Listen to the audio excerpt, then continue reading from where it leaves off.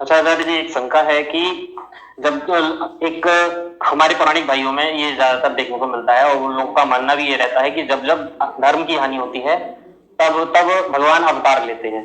तो इस पर आर्य समाज का क्या विचार है अवतारवाद को लेकर कि हाँ क्या वास्तव में अवतार लेते हैं या ऐसा कुछ है? देखिए, क्या अवतार का मतलब क्या है? उतरना जी। अब उतरता व्यक्ति तब है जब कहीं चढ़ा हो, जब कहीं चढ़ करके बैठा हो तभी तो उतरेगा। जब ये हम मानते हैं कि ईश्वर कण कण में है, जर्रे जर्रे में ईश्वर विद्यमान है, तो उतरने का तो सवाल नहीं है।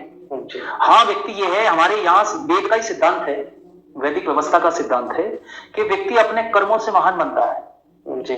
जैसा जैसा हम कर्म करते जाते हैं, जैसा जैसा श्रेष्ठ कर्म हम करते जाएंगे, और ऐसे ही हमारे प्रारब्ध वर्तमान कर्मों से वो संस्कार, जो प्रारब्ध के संस्कार हैं, जो हमारे चित्त पर संचित हैं, जैसा हमें वातावरण मिलता जाता है ऐसे संस्कार फलीभूत होने लगते हैं। इसी माध्यम से जो प्रारब्ध की पुनीत आत्माएं हैं, प्रारब्ध में जो कर्म किया था बहुत पुनीत आत्माएं थी, और वो पृथ्वी पर आती है तो उनको वातावरण इस प्रकार का मिलता है जैसे उनके प्राचीन संस्कार वर्तमान वातावरण से मेल खा करके वो श्रेष्ठ कर्म करने लगते हैं। फिर वो धीरे धीरे धीरे धीरे उनका आत्मबल इतना ऊंचा हो जाता है कि उनके आत्मबल से और उनके अभ्यास से वो उनका प्रत्येक कार्य जो पुरुषार्थ है वो धीरे धीरे होता होता निष्काम कर्म की श्रेणी में आ जाता है।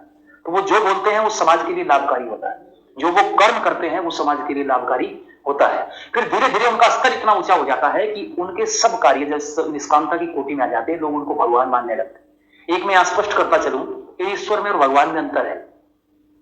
भगवान शब्द भग धातु से बना है। अच्छा, ईश्वर भगवान में अंतर है? ईश्वर भगवान में और देवता में भी कुछ अंतर है? ये देवता एक अलग विषय है। अच्छा, देवता का मतलब है जो दिव्य गुणों से युक्त हो, जो हमें देता है वो देवता है। लेकिन ईश्वर में और भगवान में अंतर क्या है कि इंसान आत्मा भगवान हो सकता है जी। भग मैंने होता है ऐश्वर्य, और ऐश्वर्यशाली व्यक्ति जब बन जाता है, ऐश्वर्यशाली कब बनेगा? कर्मों से। जब उसके कर्म ठीक हो जाएंगे, कर्म उसके अच्छे बन जाएंगे, श्रेष्ठ बने जाएंगे, दुनिया में उसकी पहचान बनेगी, लोग उसका अनुकरण करने लगेंगे, उसकी वाणी से, उसके व्यवहार से, उसके चरित्र से और उसकी सत्यता से। जब उसका प्रभाव समाज के अंदर हो जाएगा तो लोग, यही तो था, कृष्ण भगवान थे, ईश्वर नहीं थे। श्री रामचंद्र भगवान हुए लेकिन ईश्वर नहीं, क्योंकि ईश्वर अवतार नहीं ले सकता, ईश्वर शरीर में नहीं आ सकता, क्योंकि जो शरीर में आएगा उसकी मृत्यु होगी, वो शरीर छोड़ेगा आत्मा, और जब शरीर छोड़ेगा तो कष्ट भी होगा, सुख दुख भी होगा। तो सुख दुख से परे है, कलेश कर्म विपाक का से परामृष्ट पुरुष विशेष ईश्वर है। जो कलेशों से, कर्मों से, कर्मों के विपाक से, हर चीज से दूर है वो ईश्वर है। लेकिन जो शरीर धारण करेगा उसको कलेश होगा, उसको सुख दुख राग द्वेष होगा उसको। तो राग द्वेष से जो परे है वो ईश्वर है, इसलिए ईश्वर शरीर धारण नहीं करता है।